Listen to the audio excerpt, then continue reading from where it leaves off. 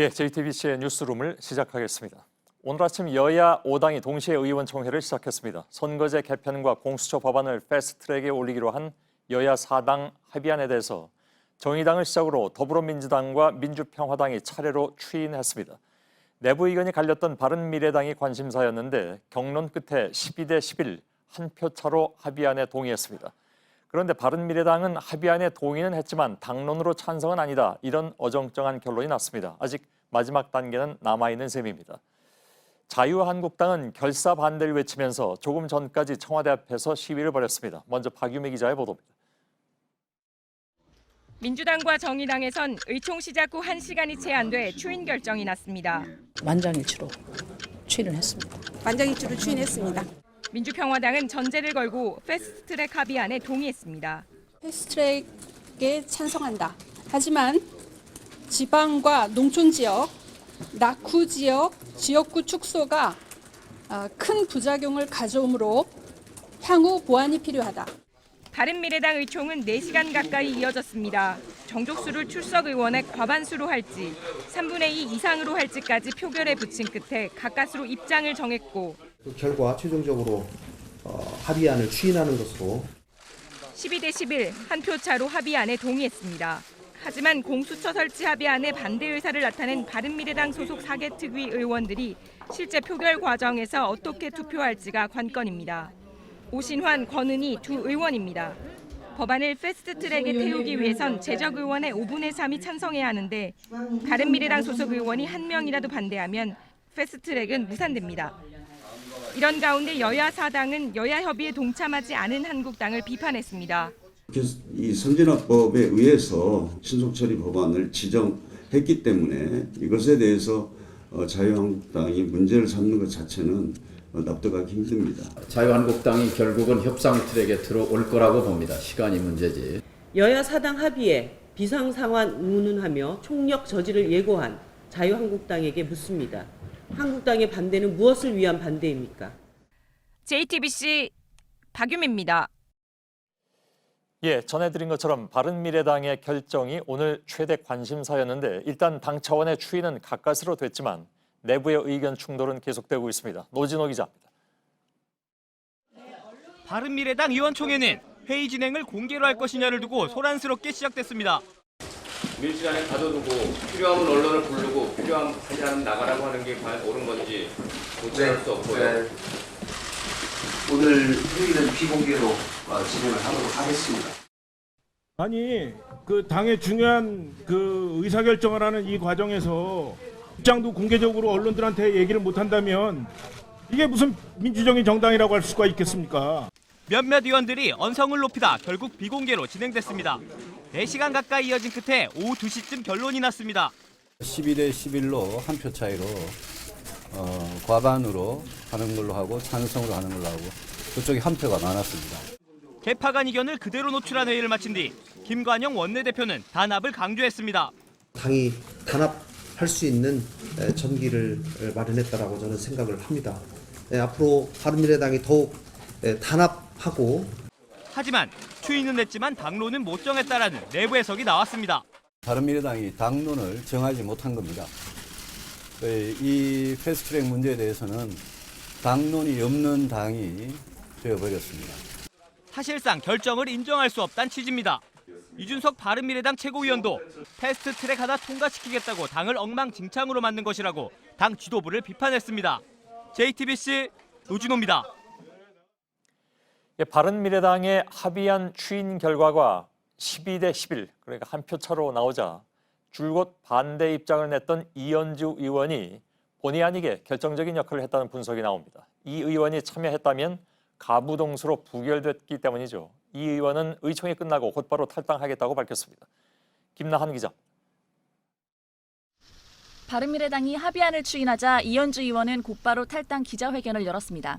좌파 독재의 문을 열어주는 패스트트랙을 결사 저지할 것임을 탄핵까지 거론하며 현 정부를 비판하기도 했습니다. 문재인 정권과 비교를 해보면 그때 그 탄핵 사유는 지금에 비하면 저는 발끝에도 못 미친다고 생각합니다. 징계 때문에 과반을 저지하지 못했다고도 주장했습니다. 결과적으로 보면 제가 당원권 정지가 되지 않았더라면 가부 동수로 인해서 이 결론이 안 났을 수도 있겠죠. 하지만 여야 4당에선 결과적으로 이 의원의 부적절한 발언이 패스트트랙 통과의 1등 공신이라는 해석도 나왔습니다. 이 의원은 지난달 한 유튜브 방송에서 한 발언이 문제가 됐습니다. 청원에서 숙식하고 하는 것도 정말 제가 보면 이게 좀 찌질하다, 솔직히 말해서. 당 지도부에 대한 비난은 이전부터 계속돼 왔습니다. 바른미래당은 이 같은 행동을 해당 행위로 간주해 이달 초 당원권 1년 정지라는 중징계를 내렸습니다. 당원권 정지 후 처음 열린 의원총회 때는 참석 문제를 놓고 당직자와 승강이를 벌이기도 했습니다. 한국당으로 옮길 것이냐는 질문에는 긍정도 부정도 하지 않았습니다. 의원님 그래서 한국당에 입당을 하신다는 겁니까? 안 하신다는 겁니까? 명확하게 말씀해 주시면. 제가 지금 입당한다는 말씀을 드린 적이 없는데요. 하지만 이 의원은 이미 한국당이 부르면 가겠다는 뜻을 밝힌 바 있습니다. 한국당에서 오라고 해야 내가 가는 거죠. JTBC 김나은입니다. 예, 오늘 의총은 바른미래당이 현재의 모습으로는 유지되기 어렵다는 현실을 보여준 것이다. 이것이 정치권에서 나온 분석입니다. 유승민 의원은 당의 진로를 고민하겠다고 말했습니다. 임소라 기자. 바른미래당 유승민 전 대표는 의원총회 직후 자괴감이 든다고 말했습니다. 선거법은 다수 힘으로 안 된다라고 이야기했지만 당의 의사결정까지도 이렇게 한 표 차이 표결로 해야 되는. 한 발 더 나가 당의 진로도 거론했습니다. 앞으로 당의 진로에 대해서 좀 동지들과 함께 심각하게 고민해 보겠습니다. 탈당 가능성을 내비친 것이란 해석도 나오고 있습니다. 탈당까지 염두에 두신다는 건가요? 그 정도만 이야기하겠습니다. 예.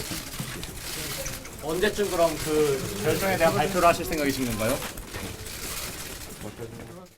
25일 끝내 합의안이 패스트트랙 안건이 되면 바른정당계 의원들의 탈당과 분당 움직임이 수면 위로 떠오를 수 있다는 전망입니다. 바른정당계 의원은 유승민 전 대표와 이해훈 의원 등 모두 8명입니다. 이들의 행보가 보수 진영의 재편으로 이어질 것이란 전망도 벌써부터 나오고 있습니다. 유 전 대표 쪽에서는 극으로 치닫는 자유한국당과 합치긴 어렵다는 입장을 보이고 있습니다. JTBC 임소라입니다. 예, 오늘 최대 관심사는 말씀드린 것처럼 바른미래당 그리고 의총이 끝난 뒤에는 두 의원에게 특히 더 관심이 쏠렸습니다. 오신환 의원과 권은희 의원인데 무슨 내용인지 좀 설명을 들어보죠. 허진 기자가 지금 취재 중에 있습니다.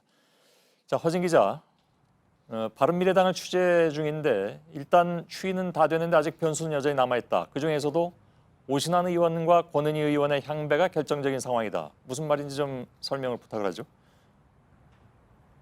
네, 지금 국회 정치개혁특위와 사법개혁특위의 정원은 각각 18명입니다. 이 패스트트랙 안건으로 지정이 되기 위해서는 5분의 3 이상의 찬성, 그러니까 11명 이상이 찬성을 해야 됩니다. 이 정치개혁특위의 경우 자유한국당을 제외한 여야 4당 의원이 11명인데 모두 찬성을 하고 있기 때문에 별 문제가 없습니다. 이 문제는 사법개혁특위입니다. 18명 중에 민주당이 8명, 민주평화당이 1명, 그러니까 9명의 찬성은 확보된 상태입니다. 이 바른미래당에선 권은희 의원과 오신환 의원이 있는데 두 사람 중 한 명이라도 반대를 하게 되면 패스트트랙 지정이 어려울 수가 있습니다. 예. 자, 결국 두 사람 손에 패스트트랙의 운명이 달린 거라고 볼 수가 있겠는데 그렇다면 두 사람의 입장은 혹시 나와 있습니까? 네, 일단 바른미래당 지도부는 두 사람의 자율에 맡기기로 했습니다. 두 의원은 최근까지도 공수처 설치 법안을 패스트트랙에 태우는데 반대하는 입장으로 알려져 있습니다. 오신환 의원은 오늘 비공개 의원총회에서도 당론으로 찬성이 됐으면 모를까 반대 입장에 변함이 없다는 입장을 밝혔다고 바른정당 출신 의원이 전했습니다. 이 권은희 의원도 사법개혁특위 회의가 열려봐야 안다는 원론적인 입장을 밝혔습니다. 예. 자, 의원들이 모여서 합의안에 동의는 해놨지만 결과는 반대로 나올 수도 있다. 이런 얘기가 되는 거죠? 네, 그래서 바른정당 일각에선 김관영 원내대표와 오신환 의원 간의 사전 교감이 있었던 게 아니냐 이런 얘기가 나오고 있습니다.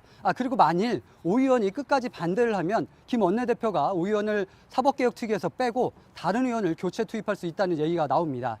두 사람의 입장이 중요하기 때문에 저희가 인터뷰 요청을 했지만 사안이 워낙 예민해서 두 사람 모두 인터뷰 요청을 거절했습니다. 예. 자, 패스트트랙으로 지정이 돼도 곧바로 법안이 통과되는 건 아니란 말이죠. 그래서 내년 총선은 어떻게 되는 겁니까? 네, 국회법에 따르면 5분의 3 이상의 찬성으로 패스트트랙 안건으로 지정이 되면 해당 상임위에서는 180일 이내에 이 심사를 마쳐야 합니다. 그리고 법사위에서 90일, 국회 본회의에서 60일 등 최장 330일이 걸릴 수 있게 됩니다. 이렇게 여야가 시간을 모두 소비하게 되면 선거제 개편은 내년 3월 중순에야 가능합니다. 이렇게 되면 지역구 의석도 조정을 해야 되기 때문에 연동형 비례대표제 등 선거제 개편을 내년 총선에 곧바로 적용하는 게 어렵게 될 수가 있습니다. 예. 내년 총선에 적용이 되려면 논의가 그만큼 좀 빨라져야 된다는 얘기인데 그게 현실적으로 가능할지는 잘 모르겠습니다. 허진 기자였습니다. 자, 한국당은 오늘 하루만 의원총회 3번, 집회도 2번 했습니다. 의총과 집회에서는 격렬한 정부 비판이 이어졌습니다. 조금 전까지 청와대 앞에서 집회를 했는데 앞으로 본격적인 장외 투쟁을 하겠다는 입장입니다. 정정문 기자. 오전 10시 비슷한 시각 의원총회를 연 여야 사당에 맞춰 자유한국당도 맞불 의총을 열었습니다. 도저히 승산이 없으니까 2중대, 3중대, 4중대를 만들어서 들러리 세워서 친문 총선연대를 하겠다는 거 아니겠습니까, 여러분? 패스트트랙에 태워지는 순간 민주주의 생명 시한부 270일이 시작됩니다. 의회민주주의의 사망 선고입니다. 공개석상에서 거친 표현이 여과 없이 쏟아졌습니다.